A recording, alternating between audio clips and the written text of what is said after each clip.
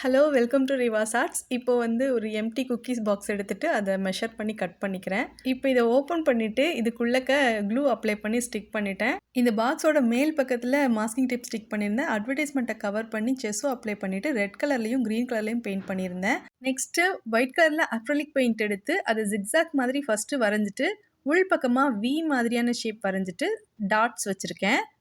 இதே மாதிரியே green colour paint பண்ணியிருந்தல அதுலேயும் வரைஞ்சிக்கிறேன். இப்போ திரும்பவும் அக்ரிலிக் பெயிண்ட் யூஸ் பண்ணிவிட்டு டாட்ஸ் வச்சுட்டு இதில் ஒரு கோலம் வரைஞ்சிக்கிறேன்.